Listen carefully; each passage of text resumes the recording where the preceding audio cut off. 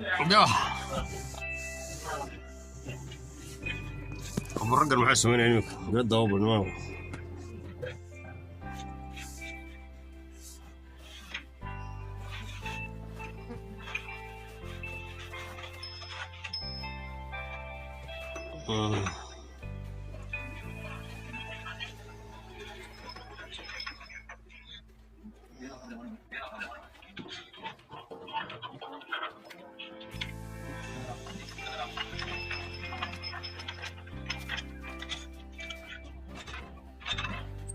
نور سكتشف حلقة 6